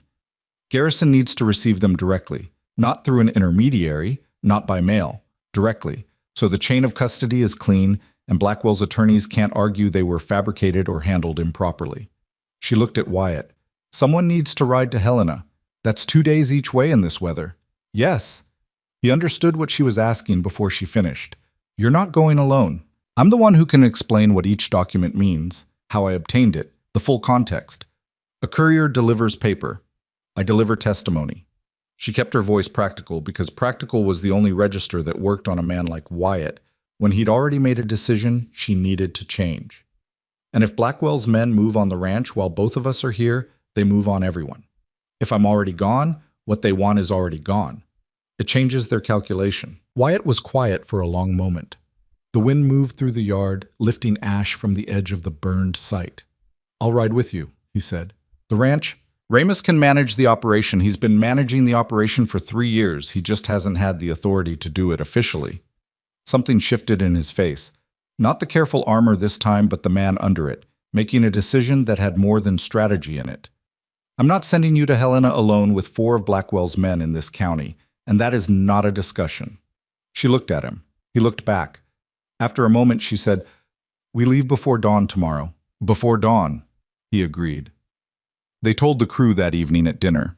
Clara put food on the table, the best meal she could manage given the depleted supplies and the emotional state of everyone sitting around it. And Wyatt stood at the end of the table and explained what he was able to explain without putting the full weight of it onto men who were already carrying the memory of last night's fire. The response was not what she'd expected, though she understood afterward that she should have expected exactly it. Cresswell, who had spent most of the past month eating in focused silence and rarely offering opinions on anything outside of cattle management, said, without looking up from his plate, "Road to Helena goes through Garrison Pass this time of year. Ice on the north side of the grade. Take the eastern approach. Adds 2 hours, but the footing's better." Pete said, "I'll ride the perimeter from midnight to dawn. Nobody's coming through the gate without me knowing. Luther Strand said to his brother, I told you she wasn't just some cook. And Doak said, I know what you told me, in the tone of a man who had also come to this conclusion, but wasn't prepared to have it pointed out. Ramus met Wyatt's eyes across the table and nodded once, which meant everything it needed to mean. Briggs said nothing. But after the meal, he found Clara at the sink and set something on the counter beside her. A small folded paper with a name and an address in Helena, written in a careful hand. Man who runs the Territorial Land Registry, he said, to the wall above the counter. He was working on compiling transfer irregularities last year before someone told him to stop. If Garrison needs corroborating sources, that's one. Clara looked at the paper, then at Briggs's profile. She still didn't fully have him read, but the careful eyes made more sense now. Not the watchfulness of a man looking for threat, but the watchfulness of a man who had been paying attention to something for a long time and waiting to see how it resolved. Thank you, she said. He nodded and walked back to the bunkhouse. Noah was in the kitchen doorway, which was where he was most evenings, and he'd heard enough of dinner to understand the shape of what was happening. He didn't ask her to explain it. He asked, instead, in a voice that was trying very hard to be older than 12, Are you coming back? She turned from the sink and looked at him directly, because he deserved directness. Yes, she said. I'm coming back. You don't know that for certain. No. But I know I intend to, and I know why I'm doing this, and I know it matters enough to be worth the risk. She held his eyes. That's usually the most certain anything gets. He considered this with his particular processing stillness. Then, will you leave before I wake up? Probably. He nodded slowly. Then he crossed the kitchen and, with the slightly stiff self-consciousness of a boy who had decided to do something before he could talk himself out of it, hugged her briefly around the middle and stepped back. Be careful, he said, to the floor. Clara put her hand briefly on top of his head, which was the version of this she thought he could manage without embarrassment. Lock the root cellar door from the inside if it goes badly, she said. Ramos will find you when it's clear. I know, he said. You already told me. I know I already told you. She looked at him. I wanted to tell you again. Well, they rode out at 4 in the morning into a cold so complete it had its own sound. A kind of high, thin silence that came from the air being too cold for most movement. The stars were hard and white. The horse's breath came in dense clouds. Clara had the documents inside her coat, against her body, where the cold couldn't reach them. The ride to Helena took most of 2 days. They stopped once, at a relay station 12 miles south of the pass, where Cresswell had been right about the eastern approach. The north side grade was glazed with a layer of ice that would have required hours of careful navigation in the dark, and the eastern route added time, but added it on solid ground. They talked in the stretches where the terrain allowed riding side by side, and went silent in the stretches where it didn't, and Clara discovered that Wyatt on horseback in open country was a different version of Wyatt than the one she'd come to know in the kitchen and the house. More relaxed in the specific way that outdoor people were relaxed in their element, the contained quality of him releasing slightly, like something unclenched. He told her about his wife, Margaret, in the way that people tell you about the dead when they finally reach the point where telling is more relief than wound. Not much, and not all of it. Pieces, offered in the matter-of-fact tone of a man who had been living alone with a story for a year and a half, and had decided, somewhere on this frozen road, to let some of it out into the cold air where it could disperse. She'd been from Tennessee originally. She'd been the one who'd wanted the ranch. Wyatt had been working as a surveyor when they met, and she'd been the one who'd argued for land, for a fixed place, for the particular commitment of building something that lasted. She died of pneumonia in October of 1880, fast enough that Wyatt hadn't understood how sick she was until she was already past what could be helped. She'd been 34 years old. I keep thinking I should have known, he said. He wasn't looking at her. He was looking at the road ahead, at the pale trace of it between the dark fields. That I should have seen it coming fast enough to do something different. You probably couldn't have, Clara said. Probably, he paused. But probably doesn't fully satisfy. No, she agreed. It doesn't. She understood this specifically. The way certain losses kept requiring you to relitigate the moments before them, looking for the decision point where the outcome could have changed. It was a form of grief that dressed itself as logic, which made it harder to put down. I don't think it's supposed to fully satisfy. I think it just gets less loud over time. I was quiet for a while. Has it? He said eventually. For you? Whatever you lost. Has it gotten less loud? She thought about this house in St. Louis she'd left at 23. About the version of herself she'd been before she'd started the running life. A version she could barely remember now, except in fragments. A woman who had believed still that things could be planned for and protected. Some of it, she said honestly. The parts I've made peace with. The parts I understand well enough to stop arguing with. She looked at the road. The other parts are still there. He nodded, the way he nodded when something landed as true rather than comforting. They rode in silence for a while, the horses steady beneath them, the cold, dark countryside moving past at a pace that felt, in its unhurried necessity, almost like rest. Garrison's office was on the second floor of a stone building on Helena's Main Street, above a land surveying firm that turned out to be a small irony given the nature of their visit. The man himself was younger than Clara had constructed from Wyatt's description, mid-30s, with a lean, precise quality and wire-rimmed glasses, and the slightly harried energy of a man whose workload consistently exceeded his available hours. He looked up from a desk covered in documents when they came in, and whatever he'd been expecting, two road-worn people with horse mud still on their coats, wasn't it? Mercer, he said, rising. Your telegraph said urgent. It was honest about that, Wyatt said. Garrison looked at Clara. And you're the woman who's been carrying the evidence for 3 years, she said, and put the documents on his desk. What followed was 3 hours that Clara would later remember primarily as the experience of watching a careful man encounter information that exceeded his frame, then reconstruct the frame to accommodate it. Garrison read everything. He asked questions with the focused precision of someone who had stopped performing and gone straight into the substance of a thing, and Clara answered all of them. The how, the when, the specific chain of possession, the context for each document, the names she could corroborate and the ones she could only place by the evidence. He took notes in a cramped, rapid hand. He asked her 3 times about the letters, Blackwell's own writing, and she walked him through them each time with the patience of someone who had been rehearsing this conversation in her head for 37 months. At the end of the 3rd hour, Garrison sat back in his chair and looked at the spread of documents on his desk and said, to no one specifically, this is considerably more than I expected. Is it enough? Wyatt asked. For Blackwell, yes. For the full network. He picked up the paper Briggs had given Clara, which she'd produced midway through the meeting. He looked at the name on it. Fowler. He's still in the land registry office. I've tried to work with him before and was told there wasn't sufficient basis for investigation. Something moved in his face. Recognition, retroactive, the expression of a man recategorizing a past frustration. Now I understand why the basis kept getting assessed as insufficient. He set the paper down.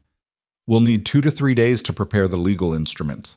Warrants will require a judge's signature. I know which judge in this territory hasn't been on anyone's payroll because he's been on mine, and that's as close to certainty as this work gets. Blackwell is at Ridgewater now, Wyatt said, or will be by the time we get back. Can your crew hold the property for 3 days? Wyatt said yes. Clara thought about Pete at the perimeter and Ramos with his weather-reading eyes, and Briggs with his careful watchfulness, and said nothing, because yes was the only answer that moved things forward. I'll ride with a federal marshal and 2 deputies, Garrison said. We'll come in official capacity, which limits what Blackwell can do with his hired men, short of making everything considerably worse for himself. He looked at Clara. You understand that your testimony will be required, formally, under oath, in front of a federal tribunal. I understand, she said. It will be unpleasant. His attorneys will attempt to discredit you in every way available to them. They've been attempting to discredit me for 3 years, Clara said. At least this time I'll be in a room where the attempt is regulated. Garrison looked at her for a moment with an expression she hadn't seen from a man in that kind of position before, something close to straightforward respect. All right, he said. 3 days. Go back to your ranch, hold your ground, and don't let anyone destroy what you've left copies of. Clara looked up. I haven't left copies. You have now, Garrison said, and picked up the documents and walked to a cabinet in the corner of the room. They arrived back at Ridgewater on the 3rd morning to find the ranch intact and the situation deteriorated in the specific way of situations that have been held by force of will, rather than force of numbers. Blackwell had sent a man to the property the previous evening, not to act, to deliver a message.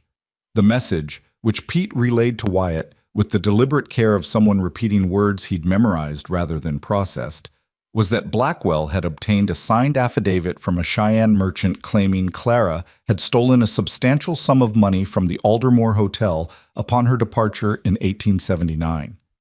The affidavit had been filed with the county sheriff's office in Ridgewater. The sheriff, whose relationship with Thomas Danner was one of long-standing mutual accommodation, had issued a warrant. Clara stood in the yard and listened to this, and felt the specific quality of a move she'd anticipated in her worst versions of this scenario. The manufactured counter-evidence, the legal instrument obtained through a compliant local official, the weapon that turned the law into a tool for the people the law was supposed to constrain. The sheriff came by this morning, Pete said. He looked uncomfortable, which meant there was more. Asked for you by name. Ramos told him you weren't here and he'd have to come back. He said he'd be back this afternoon. Wyatt looked at Clara. Garrison's instruments take 3 days, he said quietly, the way of a man working the timeline aloud. And the sheriff comes back this afternoon, she said. If he takes you in on the warrant, he won't, Clara said, with a certainty she was building as she spoke it, rather than one she'd arrived with. Because the moment he tries, we tell him exactly what's in those documents and exactly who's going to be receiving federal warrants within 48 hours. And we ask him, specifically, whether he wants his name associated with Edgar Blackwell's operation when it collapses, or whether he wants to be the local official who cooperated with the federal investigation. Wyatt was quiet for a moment. That's a significant gamble. It's the only play that works in the time we have. He looked at the gate, at the road beyond it, at the burned frame of the barn that Blackwell had put there to teach a lesson, and had instead produced in Wyatt Mercer a quality of resolve that had only gotten harder and more fixed with each mile of frozen road to Helena and back. All right, he said, when the sheriff comes, we'll both be here. The sheriff came at 2 in the afternoon, as promised. A heavy-set man named Colbert, with a decent face that was currently expressing the discomfort of a man who had been put in a position he hadn't fully thought through.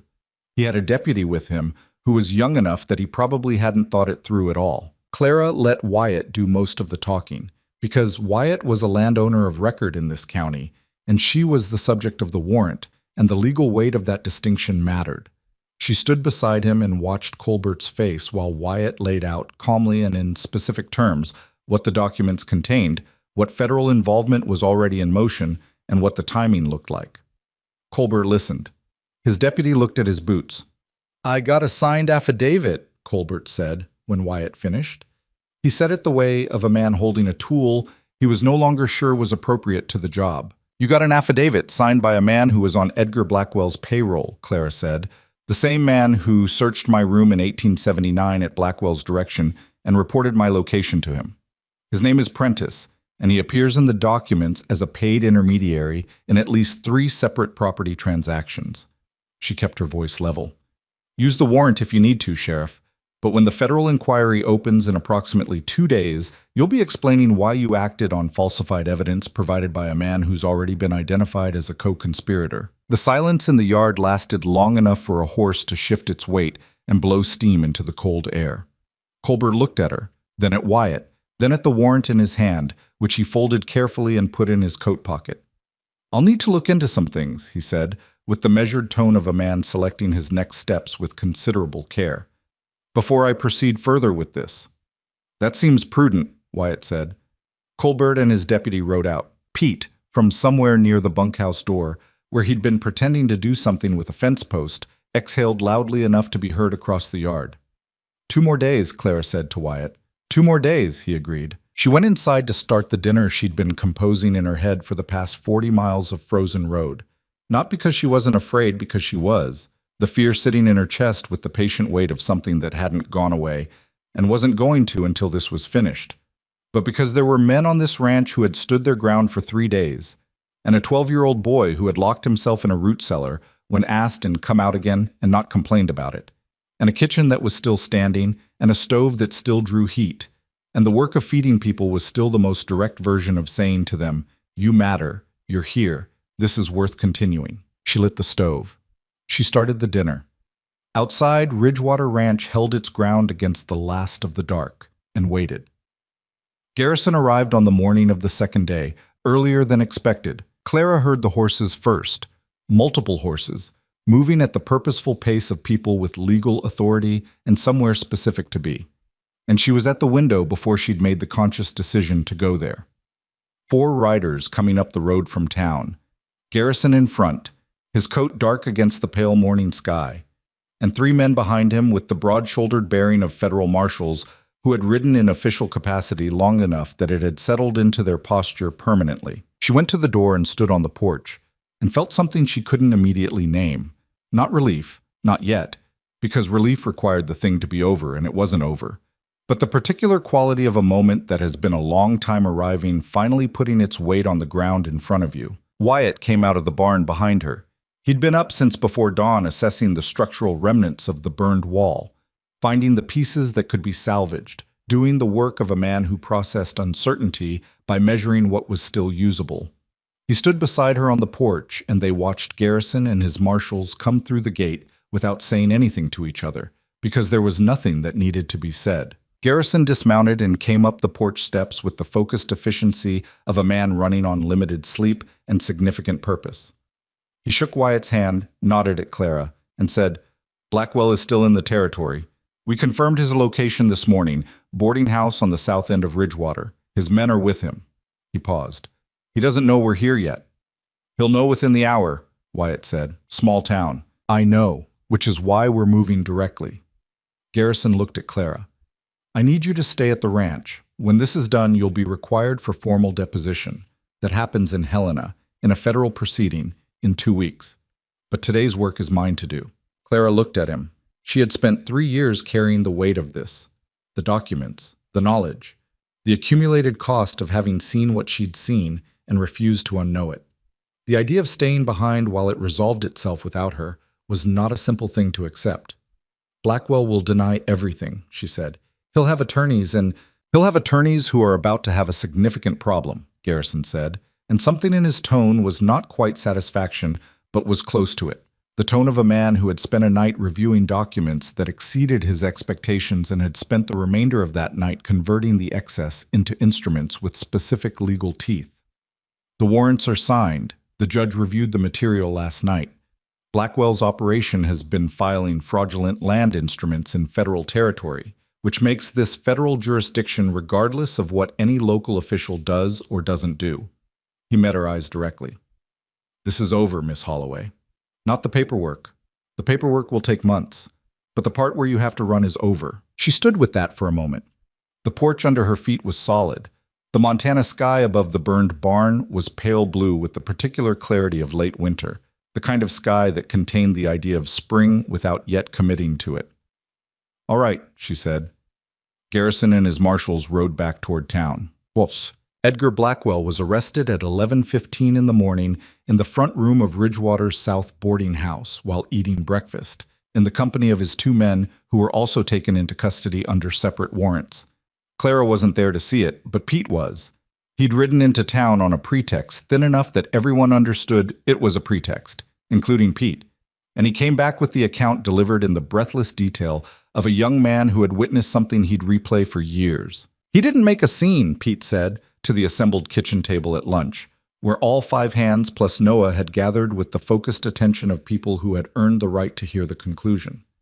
"That was the strangest part. I thought he'd, argue, threaten something, but he just looked at Garrison like he was calculating something, and then he put down his fork and he stood up and he went." Pete paused. "He looked at Garrison the whole time, never looked at the marshals, like he was trying to figure out how far the thing went." "He's figuring out what deal to make," Ramos said over his coffee. "Is there a deal to make?" Luther Strand asked, directing this at Clara. "Possibly," she said. "Men like Blackwell know who else is in the network better than any document does. If he cooperates with the federal inquiry, he reduces his own exposure. It depends on how much he values his freedom versus how much he values protecting the people above him." She paused. "If there are people above him." The table was quiet for a moment, digesting this. The idea that Edgar Blackwell, who had occupied the role of primary villain in all of their recent lives, might himself be a middle layer of something larger. "Does it matter?" Cresswell said, practically, from the far end of the table. "For the ranch?" No, Clara said. For the broader investigation, that's Garrison's problem now, not ours. Cresswell nodded and went back to eating, which was his way of ratifying a conclusion. Noah, at his usual spot near the stove, had been quiet throughout Pete's account. Clara watched him and saw something working in his face. The processing stillness, but different from usual, something reaching a resolution rather than suspending an analysis. He looked up and found her watching and held her eyes for a moment with an expression that was difficult to categorize precisely. Not relief, not happiness exactly, but something foundational. Something settling into place. So it's done, he said. The worst of it, Clara said. Yes. He nodded. Then he looked at his food. Then he said casually, to nobody in particular, I started the bread last night, the overnight rise. I know, Clara said. I smelled it when I came down at 4. Is it right? Check it after lunch. You'll know when you cut it. He checked it after lunch, and it was right. Not perfect. The crust slightly uneven on one side where the heat distribution in the oven ran warm, but the interior had the open crumb and complex flavor of bread that had been given the time it needed, and he stood at the kitchen counter and looked at it with an expression that was quietly, privately pleased, and Clara thought, there it is. There's the boy coming back the rest of the way. Thomas Danner returned to Ridgewater 3 days after Blackwell's arrest, apparently under the impression that his brief absence had created sufficient distance between himself and the collapse scheme. He was wrong about this, and Garrison's office was the mechanism by which he was corrected. The inquiry moved quickly once it had momentum. Garrison had been right that the documents were sufficient for Blackwell. They were, as it turned out, more than sufficient, because Blackwell did precisely what Ramos had predicted. He calculated and made a deal, and in making the deal produced the names and records of 6 other men in his network whose exposure was considerably worse than his own. The cooperative arithmetic of criminals under federal pressure was reliable in that way. Danner's partial interest in the lending office was traced through 2 transactions to a holding arrangement that connected directly to a Blackwell-affiliated company operating out of Denver. He was arrested in his store on a Thursday morning in early March, under a warrant signed by the same judge who had reviewed Clara's documents, and the door of Danner's general store stayed closed for 2 weeks before a new proprietor took it over and opened it again under different management. Sheriff Colbert, who had made the particular choice of a man trying to survive a situation by not moving, was not arrested but was investigated, and the investigation was public enough that he chose not to seek re-election in the fall. His deputy was cleared entirely and later became, by the accounts Clara received, a significantly more diligent officer without the weight of Danner's accommodation pressing on his judgment. Across the 4 territories covered by Blackwell's operation, the federal inquiry identified 47 families whose land had been seized through manufactured debt over the previous 6 years. 31 of those families received their land back through legal reversal of the fraudulent transfers.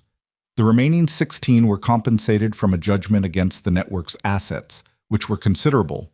The Denver company, the Chicago investors, the cooperative banks. The whole architecture came down in pieces over the following 8 months, each piece pulling the next. Clara gave her formal deposition in Helena in late March. She was in the hearing room for 2 days and answered every question put to her by federal attorneys, by Blackwell's defense counsel, and by the tribunal judge, with the same flat accuracy she'd brought to every account of these events since the night she'd sat across from Wyatt at the kitchen table and told him the rest of it. Blackwell's attorneys did what Garrison had warned they would do, challenged her character, the chain of document custody, her motives, her history. And she answered all of it without anger and without performance, because she had understood for some time that the truth didn't require decoration, only persistence. When it was done, Garrison walked her out of the federal building into the cold Helena afternoon and said, "You understand that what you preserved and protected is directly responsible for 31 families keeping their land." Clara stood on the steps and looked at the street. 31 families. She tried to hold it as a number and found it kept converting itself into the specific, unholdable weight of what that meant. The children who would grow up on land their parents hadn't lost. The ranches that would continue into seasons they hadn't been certain they'd see. "I know," she said. "You should." He paused. "I've been in this work for 11 years. I've seen evidence better handled and evidence worse handled. Yours was not worse handled." From Garrison, Clara understood, this was the equivalent of a standing ovation. She rode back to Ridgewater the next morning. Spring came to Montana the way it always came. Not suddenly, not gently, but in the grinding, muddy, insistent way of a season that had to displace an enormous amount of winter to arrive. The snow pulled back from the south-facing slopes first. The creek lost its ice shelves and ran full and loud. The cattle, who had spent months being stoic in the cold, moved differently in the warming air, with something that looked, if you were inclined toward generous interpretation, like relief. Wyatt broke ground on the new barn in April. He had help. This was the part Clara hadn't anticipated, though she understood afterward that she should have, that 3 years of a man holding his ranch together under conditions that had broken other operations, and then holding it further under the specific pressure of the past 2 months, had produced a reputation in the surrounding community that translated directly into labor when the need was visible. Ranchers from 2 counties brought their hands on the first Saturday of the build. The Fowler family from the North Valley, whose land had been among those subject to attempted seizure, came with lumber. A man named Hatch, who ran cattle 6 miles east and had watched Ridgewater struggle with the particular attention of a neighbor who understood that what happened to one outfit could happen to the next, came himself and brought his 2 grown sons. Clara cooked for all of them, which meant the kitchen operated for 3 straight Saturdays at a scale she hadn't managed since the mining camp days. And she managed it with the focused competence of someone in their element. Noah worked beside her, doing the jobs she assigned without being asked twice, developing the quick kitchen instincts of someone who had learned the work from the ground up, rather than being handed a prescribed role. On the last Saturday of the build, when the barn's frame was up, and the roof was on, and the thing stood solid against the spring sky, Pete Garfield climbed down from the final beam and looked up at it and said, to no one specifically, better than the old one. And Cresswell below him said, it was a low bar, Pete, and the laughter that moved through the assembled men had the quality of something genuinely felt rather than performed, and Clara stood at the kitchen window and watched it, and let herself feel what she felt without managing it. The question between her and Wyatt had been present for some time before either of them addressed it directly. This was partly because both of them were people who had learned to be careful with things that mattered, who had been hurt enough by the previous versions of this kind of hope that they approached it with the caution of someone handling something they couldn't afford to break. And partly because the spring was full of practical work, and practical work had a way of filling days completely. But there were evenings. Evenings that had developed, gradually and without announcement, their own shape. The hands gone to the bunkhouse, Noah upstairs, the kitchen quiet. The 2 of them at the table with coffee that was sometimes an excuse and sometimes just coffee. Conversations that had evolved from the functional and strategic into something that had more personal territory in it, more memory, more of the unguarded quality that comes from spending enough time in proximity to someone during hard circumstances that the performance layer wears away. He asked her, on a Thursday evening in May, when the window was open for the first time and the warm air came through carrying the smell of the greened-up fields, whether she'd thought about what came next. He asked it carefully, in the way he asked questions that had more underneath them than the surface words. Here, she said, if that's still what this is. I was quiet for a moment, turning his coffee cup in his hands. I want it to be more than an employment arrangement, he said, which was the most direct he'd been about it, and probably cost him some effort. Clara looked at him across the table, this careful, grief-worn, fundamentally decent man who had said you have time when she'd needed time and meant it, who had ridden to Helena in the cold rather than send her alone, who had stood in the ash of his burned barn and converted his anger into direction rather than surrender, who was imperfect in the specific ways she'd come to know, slow to open, prone to carrying too much alone, occasionally so contained it required patience to reach him. Real, in other words. Flawed in the ways that actual people were flawed, rather than the ways that convenience required. So do I, she said. He looked up from the coffee cup. There was something in his face, the armor not dropped but set aside, deliberately, the way you set something down when you've decided you don't need to carry it anymore. It was not a smooth or easy expression. It was the face of a man making himself available to something after a long time of not doing that, which looked more like work than romance, and was therefore more honest than romance would have been. I don't know how to do this well anymore, he said. I'm aware of that. Neither do I, Clara said. I'm aware of that too. That's a significant shared liability. Or a reasonable starting point, she said. depending on how you look at it. The warm May air moved through the window, and the fire in the stove, lower now for the season, put a quiet light across the table, and outside the new barn stood solid in the spring dark, and somewhere above their heads a 12-year-old boy was asleep in a room that had started to feel like his room rather than a room he was staying in, and two people sat across from each other in a kitchen and decided, without ceremony, to try. They married in September in the yard of Ridgewater Ranch, on a clear morning with the aspens already turning in the draws and the cattle unhurried in the far pasture and the hands standing in their good shirts with the self-conscious dignity of men who had cleaned up for the occasion and were aware of it. Garrison sent a letter. The Fowler family came. Hatch and his sons came. Neighbors Clara had known for less than a year came with the warmth of people who had revised their opinions completely and had the grace to act on the revision rather than protect the original. Noah stood next to Wyatt, in the role that had evolved over the preceding months, from something provisional into something that felt, to everyone including Noah, like the only arrangement that made sense. He was 13 now, and taller, and he'd started speaking in the direct, understated manner of a young man who had decided that most things worth saying could be said plainly.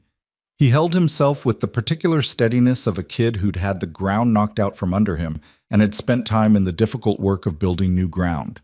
And the result wasn't the easy confidence of someone who'd never lost anything, but something more durable than that.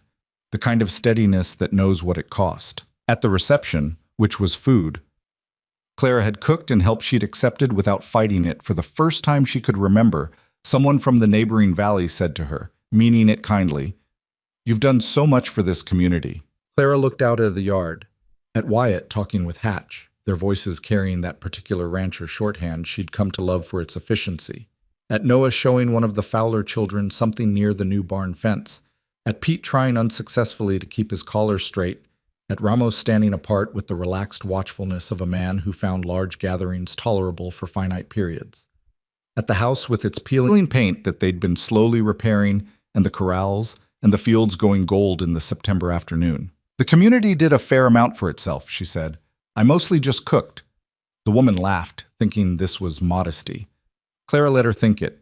It was the kind of thing that didn't require correction. Years passed in the way that years pass on a working ranch.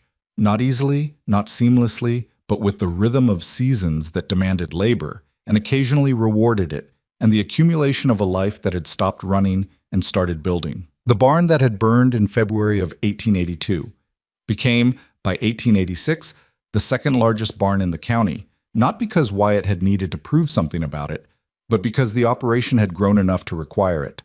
The herd expanded. The debt that had seemed unsurvivable in the winter of Clara's arrival was retired in full by the fall of 1884, with a ceremony that consisted of Wyatt looking at the final ledger entry for a long moment, and then closing the book and setting it on the shelf and saying to Clara, "There," and her saying, "There back," and the two of them continuing with the evening in the manner of people for whom the victory was real, but required nothing theatrical to confirm it. Noah grew. This was perhaps the truest thing that happened at Ridgewater Ranch in the years following the events of that winter, and it was also the least dramatic, which was its own kind of triumph. He grew into a young man who understood cattle and weather and bread dough and the structural properties of wood, and who had his uncle's directness and his own particular quality of attention, the watchfulness that had been in the boy who'd sat on the kitchen bench on Clara's first night, a survival mechanism, and had become, in the young man, something more like wisdom. He left for 2 years to study land management at a college in the East, and he came back, which was what Clara had hoped for without letting herself count on it. The territorial inquiry, resulting from Blackwell's prosecution, ran for 14 months and produced federal convictions for 11 people, civil judgments against 4 financial institutions, and a revision of territorial land transfer law that closed several of the legal gaps through which the scheme had operated. Edgar Blackwell received a sentence that his attorneys spent 3 years unsuccessfully appealing. He was still in federal custody in 1887 when Clara last received an update from Garrison, who had continued to correspond occasionally with the particular brevity of a professional man who considered staying in touch a form of due diligence. She thought about Blackwell sometimes, in the way you think about the things that shaped you, not with ongoing fear, not with the consuming anger that would have been understandable, but would also have required her to keep giving him space in her life that she'd decided she needed for other things. She thought about him as a data point, the proof that power without accountability was always temporary, that the systems people built to extract from others required more maintenance than the systems people built to sustain each other, and eventually collapsed under the weight of that maintenance. She thought about the 31 families who kept their land. She thought about that more. There was a morning in October of 1887, 5 years after the stagecoach from Billings had arrived 40 minutes late and deposited her into the frozen mud of Ridgewater's Main Street, when Clara stood at the kitchen window in the early light before anyone else was awake and looked out at the ranch. The new barn, the repaired house, mostly white again after 2 summers of work, the corrals where the herd was starting its morning movement, the aspens down by the creek in their full October color, orange and gold against the gray-blue of the early sky. She had a cup of coffee that was actually warm.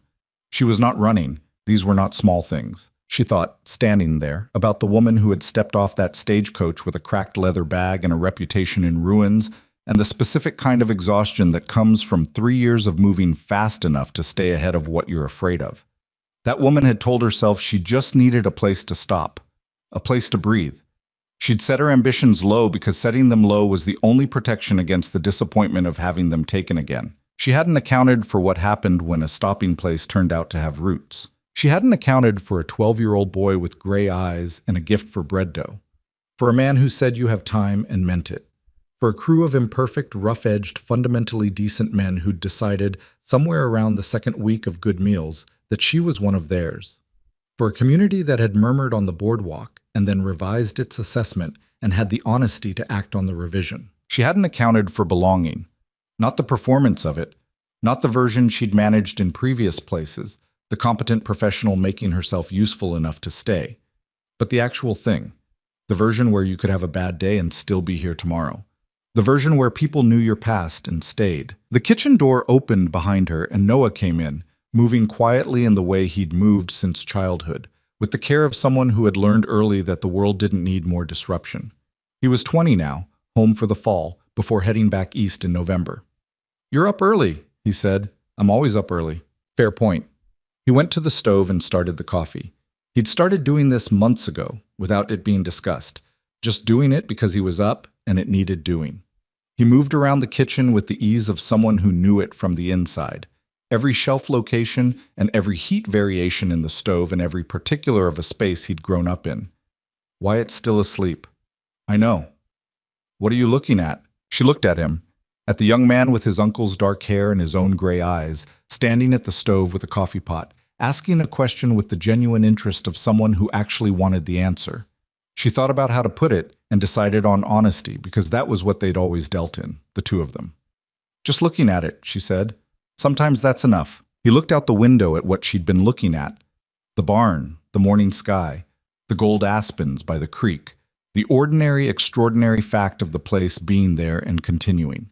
He was quiet for a moment in the way he was quiet when he was letting something land properly. "Yeah," he said. "It is." Outside, the cattle moved in the morning light, and the aspens held their color against the cold, and the kitchen filled slowly with the smell of coffee and wood smoke, and Clara Holloway, Clara Mercer, 5 years and more, stood at the window of the place she had almost not let herself hope for, and let it be enough. It was more than enough. It was everything that hard things could become, when you stopped running long enough to let them.